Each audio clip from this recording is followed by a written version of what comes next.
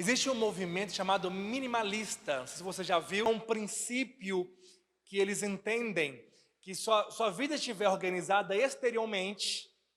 Um exemplo disso tem um meme que eu vejo muito, as irmãs gostam desse. Imagens que transmitem paz. Aí você olha para sua cozinha, não tem nenhuma vasilha suja, né? Você olha para o cesto de roupa suja, está vazio. Olha para o varal, vazio. O guarda-roupa, as roupas passadas, aleluia.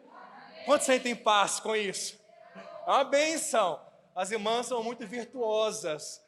Mas, biblicamente, é ao contrário. Não é que nossa vida está bem organizada exteriormente e nós teremos paz, abundância, descanso interiormente. O Espírito Santo, ele age dentro para fora. Uma vez que nós, dentro da nossa espiritual e corpo, a nossa mente está cativa ao Senhor, estamos descansando de fato, uma vida abundante, desfrutando de alegria, transbordando de felicidade, amém? De alegria, todas as coisas exteriormente serão bem-sucedidas. Quando você está cheio de paz dentro de você, vai produzir exteriormente paz, descanso. Senão, Jesus disse, o Senhor diz, eu vos dou a minha paz, não vos dou como o mundo dá. Porque ele também diz que no mundo teríamos aflições, e por mais que exteriormente haja tribulações, por mais que de uma forma exterior haja dificuldades, dentro de nós há paz. Paz não é apenas um cumprimento, um jargão de crente. Graça e paz não é um cumprimento da qual nós abrimos cultos, ou cumprimentamos irmãos na rua. Quando eu vejo um irmão na rua, eu dou graça e paz para ele. Mas primeiramente eu dou bom dia. Bom dia deve estar também, amém? Educação. Bom dia, meu irmão, boa noite. A paz do Senhor, aleluia. Oh, graça e paz. Não leve isso como um cumprimento. O Senhor de fato trouxe a paz para eles. O Senhor soprou sobre eles a paz. E eles de fato receberam com muita alegria. Os discípulos estavam presos 2 vezes, com medo dos judeus. E a primeira vez Tomé faltou à reunião. Não falte reunião, amém? Você que está me ouvindo agora em casa, não pôde estar aqui, não falte a reunião. Venha estar aqui conosco em nome de Jesus. Tomé perdeu a primeira visitação do Senhor. Mas a segunda, ele estava. Nos 2 domingos o Senhor apareceu para eles com medo, aflito, trancados. Muito comum como hoje de pandemia, trancados em casa, com medo. Muitos estão trancados em casa com medo daquilo que está exteriormente. Maior que está em nós do que o que está no mundo, amém? Maior é o Espírito Santo que está em nós do que o Covid que está lá fora, amém? Tomamos cuidado, claro, como bom senso. Mas não deixe que o bom senso, ele é contra a palavra. O bom senso não ultrapassa os limites da palavra. E um deles é a congregação. Como é base, é vital para o nosso crescimento. Mas o que nunca, o movimento dos desengrejados tem crescido. E as pessoas têm achado normais demais cultuar o Senhor via online. Nós devemos estar aqui, uns aos outros, presentes. Aqui que o Senhor manifesta poder, graça, unção, vida. O ambiente deve ser cultivado. Esse ambiente não é o mesmo que está lá, que as pessoas estão na sua casa. Talvez está lá 1 ou 2, mas aqui tem a igreja junta com um propósito, amém? Adorando, louvando ao Senhor, e há um ambiente para isso. Então nós muitas vezes temos tribulações exteriormente. Se isso fosse fato, essa visão minimalista, então as tribulações, elas deveriam então não produzir isso dentro de nós. A paz, ela é primeiro em nossos corações. Amém? Nós temos essa paz. A paz é uma dádiva que nos foi dada. É um dom de Deus. Está disponível e é algo que nós devemos viver todos os dias. Não é procurar andar em paz, é viver em paz. E se tiver falta dela, é porque algo não está de acordo com a vontade do Senhor. A paz, ela é natural, é um estilo de vida que devemos viver dia após dia. Aleluia! O Senhor começou a boa obra em você. e Ele está terminando. Ele vai completar essa boa obra. Nós estamos em obras, estamos sendo transformados dia após dia, até que sejamos completamente tal qual Ele é. A nossa vida cristã é prosseguir em conhecer o Senhor. E 80, 90 anos de vida não é suficiente para conhecermos Ele. Inclusive, na vida eterna, conheceremos pela eternidade afora. Gastaremos a eternidade inteira para conhecer o Senhor. E pasme, mesmo lá na eternidade, nós surpreendemos sempre com Ele. Mesmo lá, nos céus, iremos surpreender com o Senhor, porque Ele é inexaurível, não acaba, uma fonte que não se esgota. Aleluia! Esse é o nosso Deus. Ele tem vida e abundância para você. Devemos mudar nossa mente em relação a isso. Você tem valor diante de Deus. Não é que Deus olhou para nós do céu e falou: ah, tem algo muito precioso nele, tem algo muito extraordinário nele. Não, não tem a ver com nós mesmos. Nós somos preciosos porque nós viemos do Senhor. Amém? Nós viemos de Cristo. Tudo aquilo que vem, vou dar um exemplo muito claro.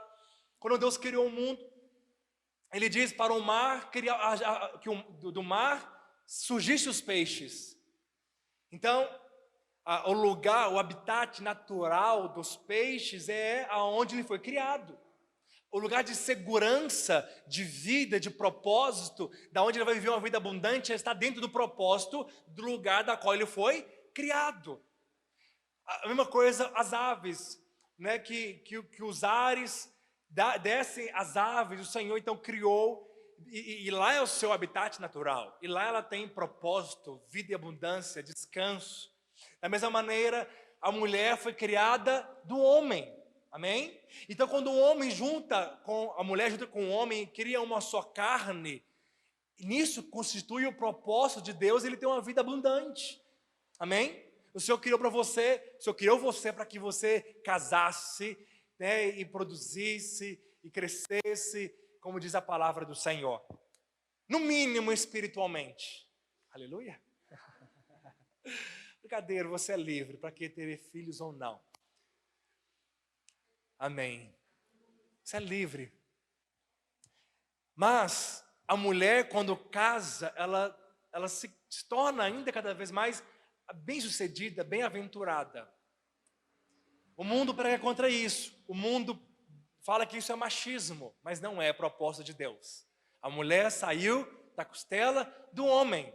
Um homem saiu do sopro de Deus. Deus soprou em suas narinas, o homem se tornou alma vivente.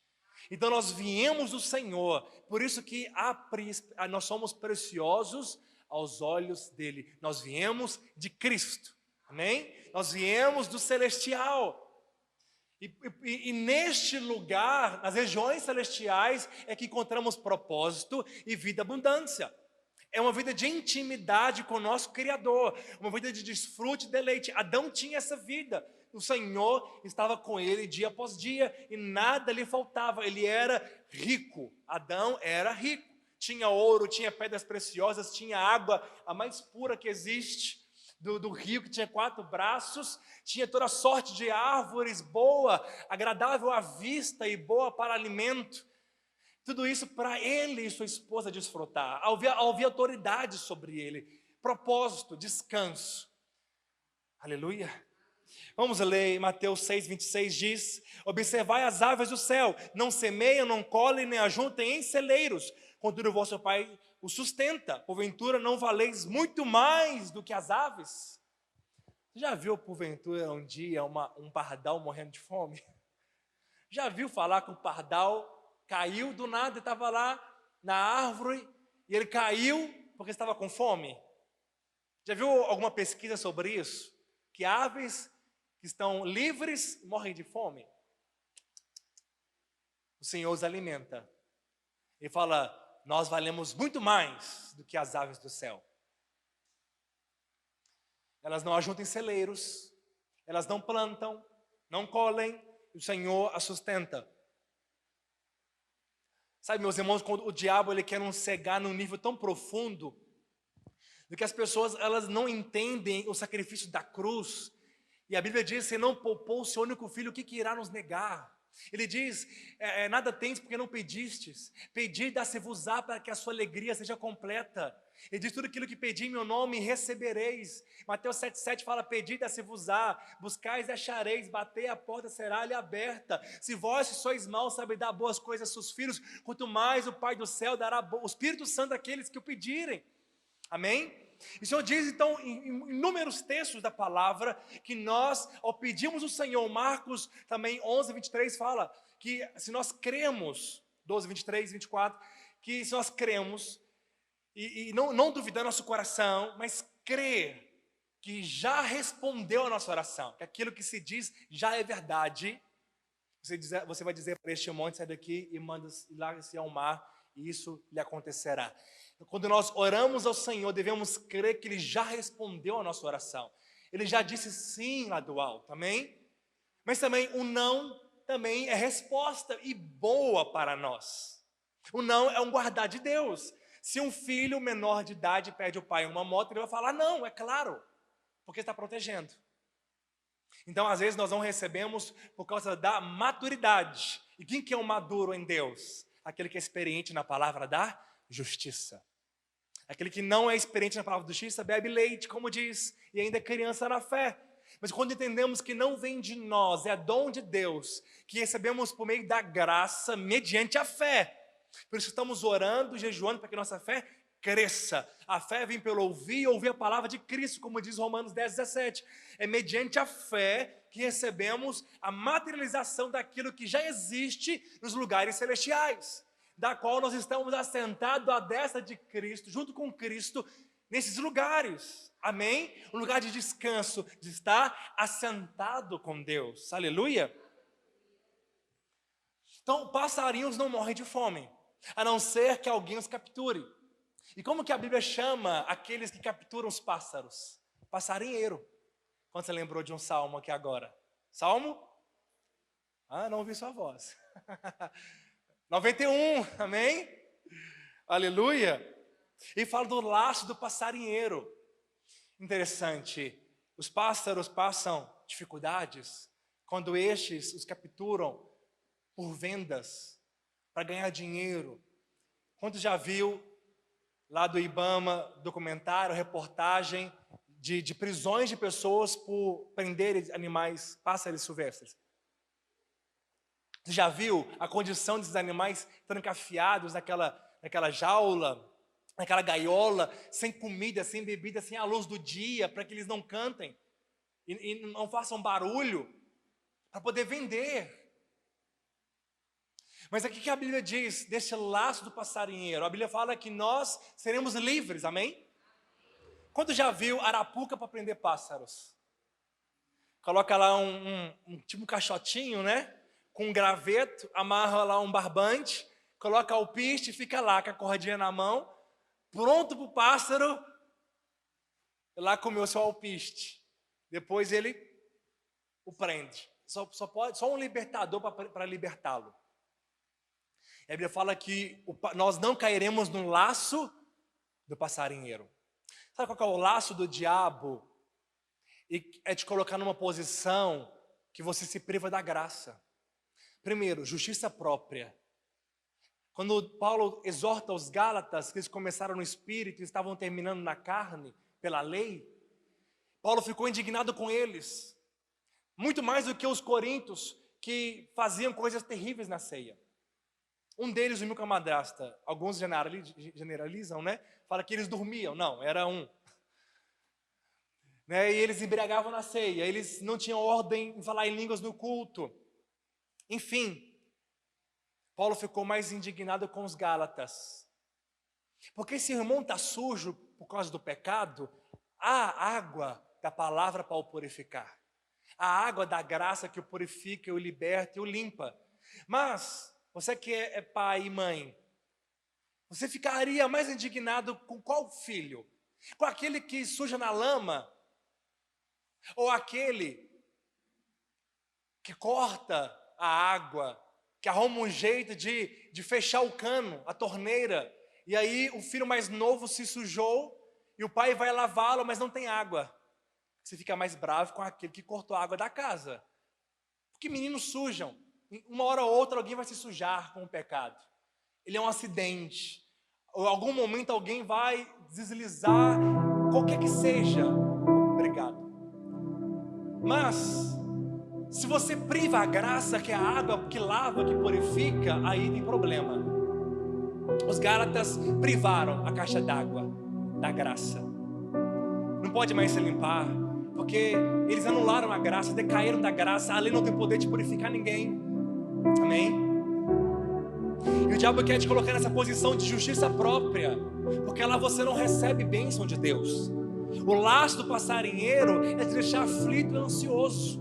Porque uma vez que você está ansioso e preocupado, e a ansiedade bíblica, não quero dizer que é problemas, distúrbios de ansiedade que tem tratamento, mas é preocupações excessivas com o futuro, o medo do amanhã, o medo de faltar algo para você. Como diz a palavra, a preocupação.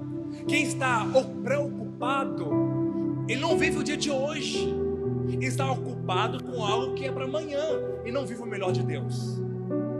Está preocupado com algo que não está no seu poder, e Jesus disse que nossa preocupação não vai aumentar nenhum dia de vida, não cobre da nossa estatura. É inútil a ansiedade. E essa ansiedade bíblica que eu estou dizendo, ela se caracteriza também com uma fé abalada. Amém? Porque nós não cremos completamente o que a palavra diz. O incrédulo, na última análise, chama Deus de mentiroso. Porque ele acha que Deus não vai prover, que Deus disse, mas não é bem assim. Eles pensam, não é bem assim que a palavra diz.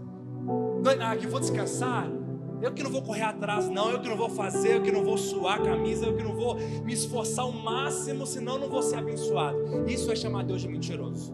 Porque ele diz que ele dá para aqueles, eles trabalham para aqueles que dormem. Amém? Aleluia? Mais uma vez, não é passividade, não é pedir conta amanhã do trabalho como um tolo, não é mudar a profissão de uma hora para outra sem consultar o Espírito, não é deixar de entregar currículo quando está desempregado. É você fazer isso, mas descansando e sabendo que não é porque você fez que a porta se abrirá, é porque Ele é bom e Ele é gracioso. Amém? Aleluia? É porque Ele é gracioso, porque Ele é bom, porque Ele é seu Pai. Ele já te abençoou. E você pode descansar. Quanto eu tenho descansado nisso, meus irmãos? O quanto que eu tenho descansado? Meu salário diminuiu nesses dias, mas eu estou vivendo uma qualidade de vida tão maravilhosa. Os irmãos, Deus é minha testemunha. Eu não tenho preocupação com dinheiro. Não tenho. Já tive. Hoje, agora, nesse momento, não tenho. Esses dias, esses meses, não tenho preocupação. Eu descanso no Senhor. E cada dia o Senhor vai me suprindo. As portas vão se abrindo. As contas vão sendo quitadas. As coisas vão fluindo, vão crescendo, vão prosperando. E eu descanso no Senhor. Eu durmo em paz. A minha preocupação hoje, de fato, é com os irmãos, é a igreja. Eu preocupo de fato. Minha preocupação hoje é a célula, é os cultos, é o irmão que está desanimado. Mas dinheiro não mais. Eu descanso no Senhor, porque Ele é o meu provedor. O seminário foi mais intenso, não tinha salário nenhum. Eu orava por corte de cabelo, orava por uma meia, por comer um hambúrguer com a corte, orava para passagem para ir para a célula, para passagem para ir para o discipulado, porque não é como aqui pertinho. O Senhor provia em tudo. Se Ele fez ontem e continua fazendo hoje, fará amanhã. Lembre das provisões de Deus para a sua vida. Lembre das vezes que Ele proveu. Ele continua mesmo provendo de graça para você. Amém? Ele tem prazer em te abençoar.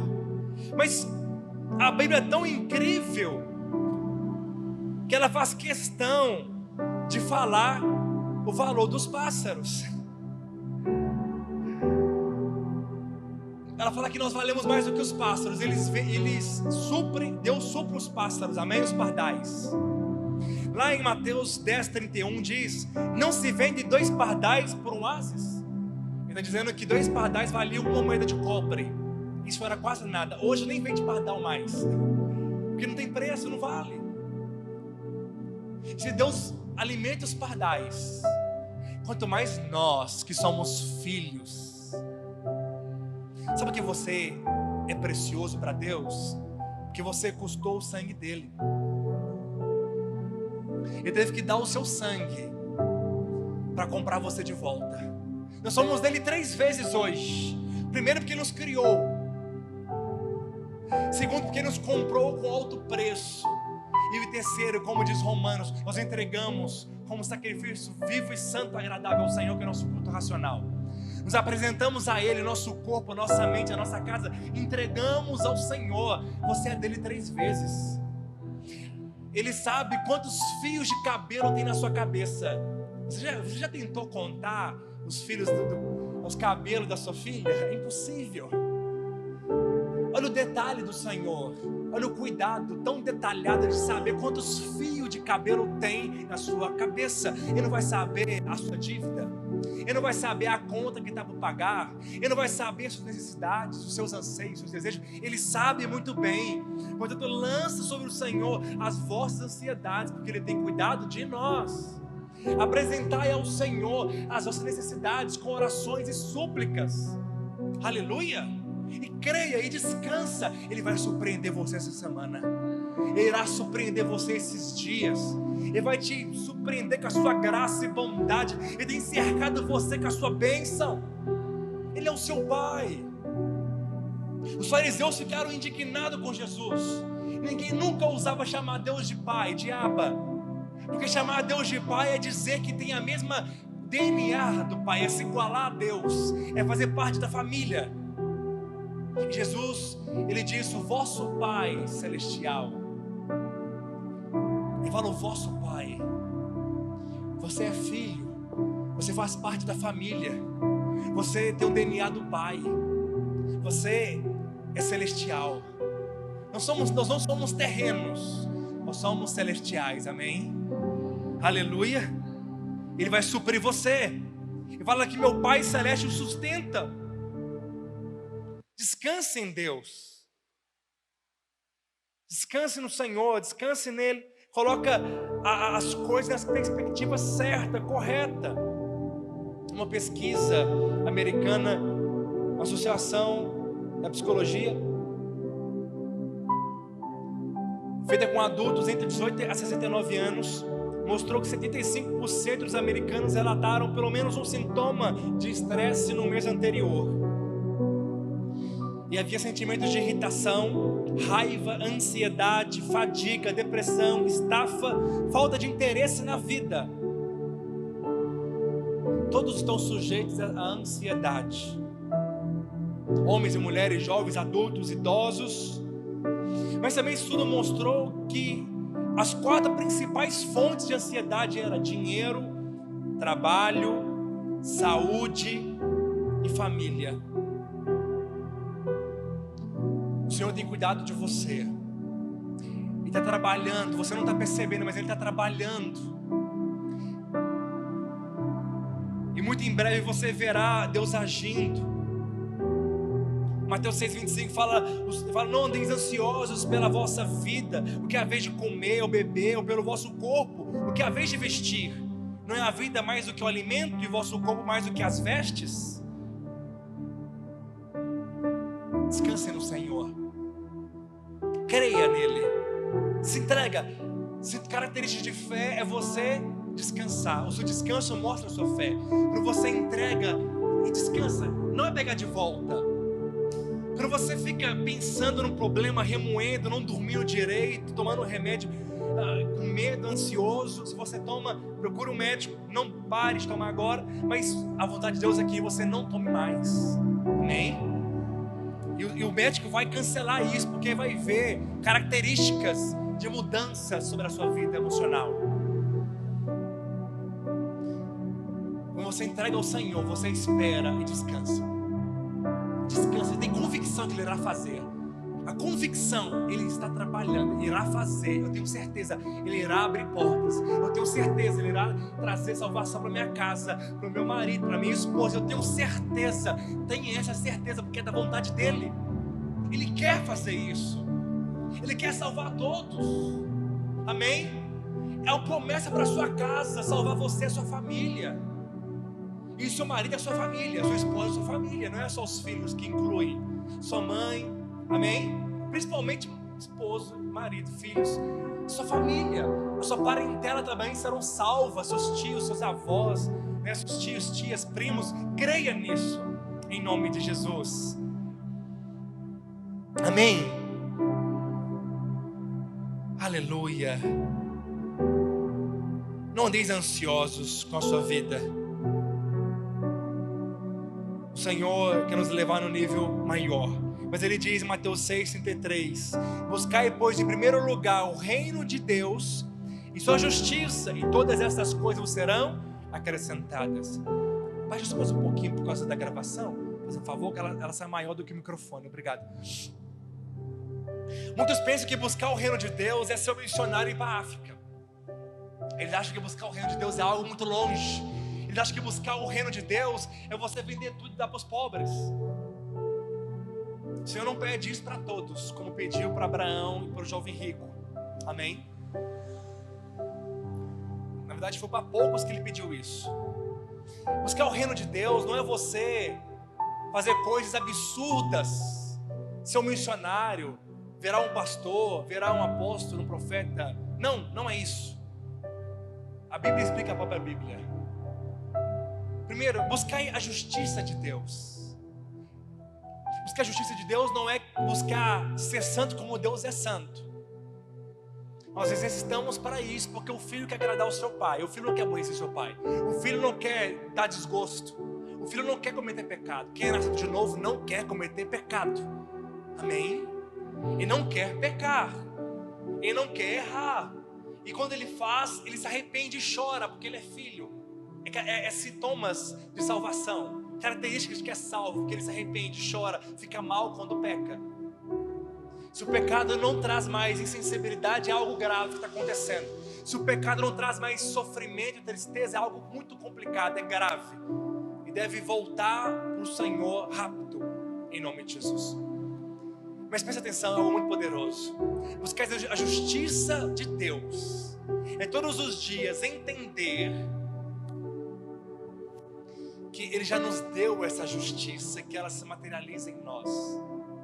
Buscar a justiça de Deus. A justiça nesse sentido não é de trazer vingança, não é de julgar a causa, mas justiça tem a ver com santidade aqui, com padrões, com caráter, com personalidade, talvez, mas caráter, santidade. E nós não podemos cumprir os mandamentos para ser santo como o Senhor. Os mandamentos mostram o caráter e a santidade de Deus. Os mandamentos, ele é bom, a lei é boa, amém? Ela é justa, mas ela não produz justiça. A lei é santa, mas não produz santidade. O que produz isso é uma vida de intimidade com o Espírito, entendendo a graça que nós recebemos e viver nela. A graça é a capacitação, é a ferramenta. Se eu digo para o Rodrigo, você tem que hoje montar um motor de um carro, de um trator, um exemplo. E aí eu não dou ferramentas para ele, eu dou lá uma chave muito ruim de mão. Eu não dou condições, um elevador bom para ele suspender. Eu não dou condições, eu não dou um ajudante, eu não dou um ambiente adequado.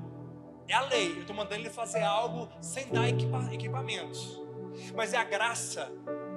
A graça, ela te dá sabedoria. A graça, ela te dá as ferramentas, todas elas. A graça te dá o melhor equipamento, o mais caro, o mais poderoso. E muito mais do que isso, o Espírito Santo vem e faz no seu lugar.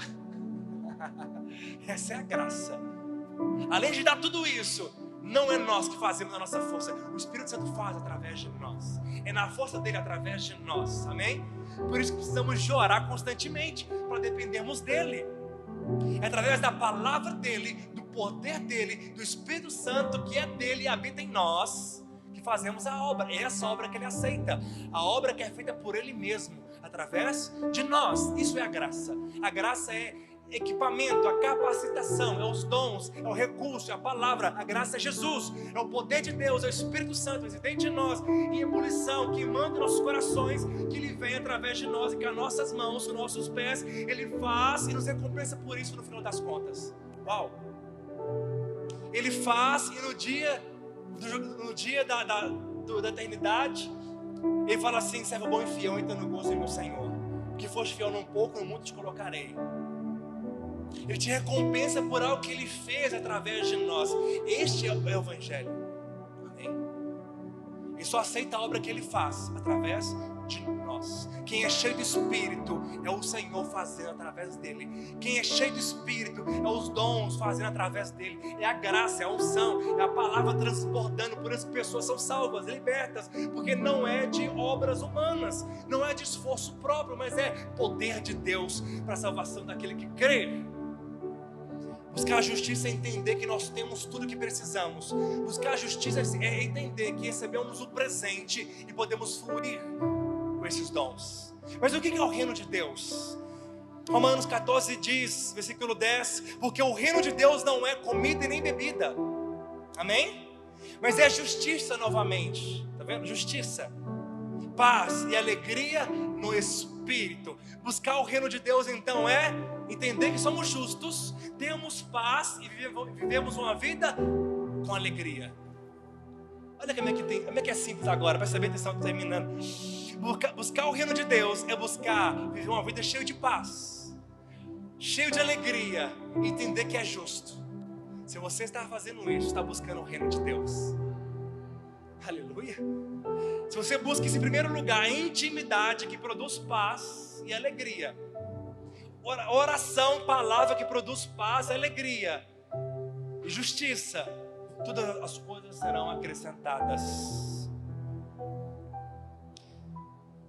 Coloque seu coração no Senhor. E para eu terminar aqui, eu quero dar um exemplo de um arqueólogo cristão. Uma vez um arqueólogo descobriu um poço. Ele foi num deserto lá em Israel para fazer seu trabalho de arqueologia, encontrar peças, é igual um quebra-cabeça, vai montando e contando a história. A arqueologia vai entender a época, quem foi, um ano. E a arqueologia bíblica é justamente isso, entender a época e entender a Bíblia de uma maneira histórica e também cultural, histórica, e também através de ferramentas, culturas, línguas, tudo isso junto à arqueologia. E um deles então viu um poço.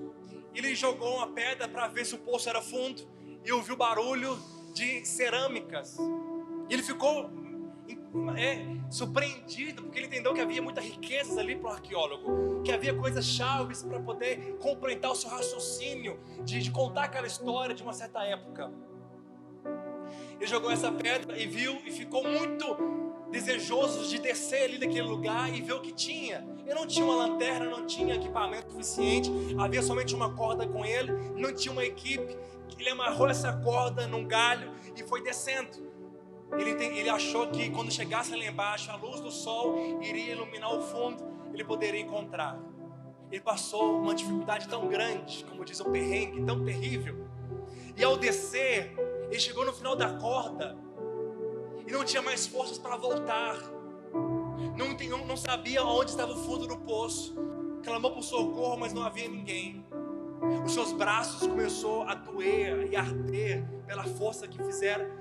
E ele entendeu então que as suas mãos estavam sangrando, até que ele não tinha mais opção de orar ao Senhor e falar: Senhor, seja o que o Senhor quiser, não sei a fundura, eu vou soltar daqui e eu entrego o meu espírito. Isso é verídico. Até que quando ele soltou a corda, ele estava a 30 centímetros do chão. E toda a sua aflição, as suas dores, ela foi em vão. Ela foi em vão. Passou horas ali. Apenas estava aqui, nessa distância que eu estou agora, a 30 centímetros. E teve um alívio tão grande. E a ansiedade é essa sensação. É ficar preocupado à toa. Não vai trazer nada a ansiedade, não vai produzir nada. Não vai abrir porta nenhuma, só vai te prejudicar e te perturbar. A ansiedade vai trazer medo sobre você. E muitas vezes nós não estamos vendo o que está além, porque a fé abalada nos impede de ver. E ficamos sofrendo, em vez de soltar a corda e entregar para o Senhor. Solta a corda hoje. Ela está te ferindo. Ela está minando as suas forças. Apenas soltar a corda é se entregar. Senhor, eu entrego. O alívio ele vem de imediato, de saber que está muito raso e o Senhor está sustentando nas suas mãos. Uma vez um pastor lá de Goiânia comprou um carro 0 km e foi em São Paulo fazer compras para sua empresa. E ao sair, ele viu um carro, modelo, ano, igualzinho, cor, rodas. Ele então viu que estava detonado o seu carro, não tinha nem tempo de fazer seguro. Ele viu o seu carro, sentou na calçada e chorou como criança. Por que, Senhor? Destruíram o meu carro, eu não sei quem foi, não tenho seguro, e ficou desesperado e chorou ali quase meia hora, até que ele resolveu andar para um lado para o outro, entendeu que estacionou seu carro metros para frente, o carro estava lá, intacto. A sua ansiedade, o seu choro foi em vão, porque nem tinha acontecido nada. A ansiedade é sofrer por algo que não aconteceu. A conta não venceu ainda, e por mais que venceu, creia, o Senhor vai fazer. Ele vai curar, Ele vai prosperar, Ele vai abrir portas, vai salvar pessoas. Creia e descanse. Fique de pé em nome de Jesus.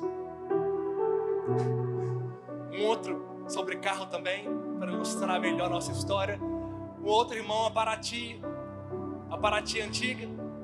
Antigamente as chaves hoje não abrem, né? Mas antigamente talvez uma chave abria um carro. Um amigo meu tinha um Fusca, que ele tirava a chave do Fusca e o carro continuava normal, andando, fazia tudo, sem a chave. E aí ele pegou a Paraty, estava lá igualzinha a dele, abriu a porta, sentou e estava sem som. Ele chorou, falou: Senhor, eu gosto do meu som para ouvir pregação, para ouvir louvor. E ficou atormentado porque não tinha som no seu carro. Até que ele viu que tinha algo muito estranho ali no interior. Ele viu que não era o carro dele. Ele ficou com medo do dono chegar e pegar ele no carro dos outros. Até que ele viu que o carro dele estava em outro lugar com som lá também. Eu já passei por coisa semelhante a esta, de sofrer por algo que nem aconteceu. Não sofra por coisa que não aconteceu. A ansiedade faz isso com você. Solta a corda hoje em nome de Jesus. Vamos orar. Feche seus olhos.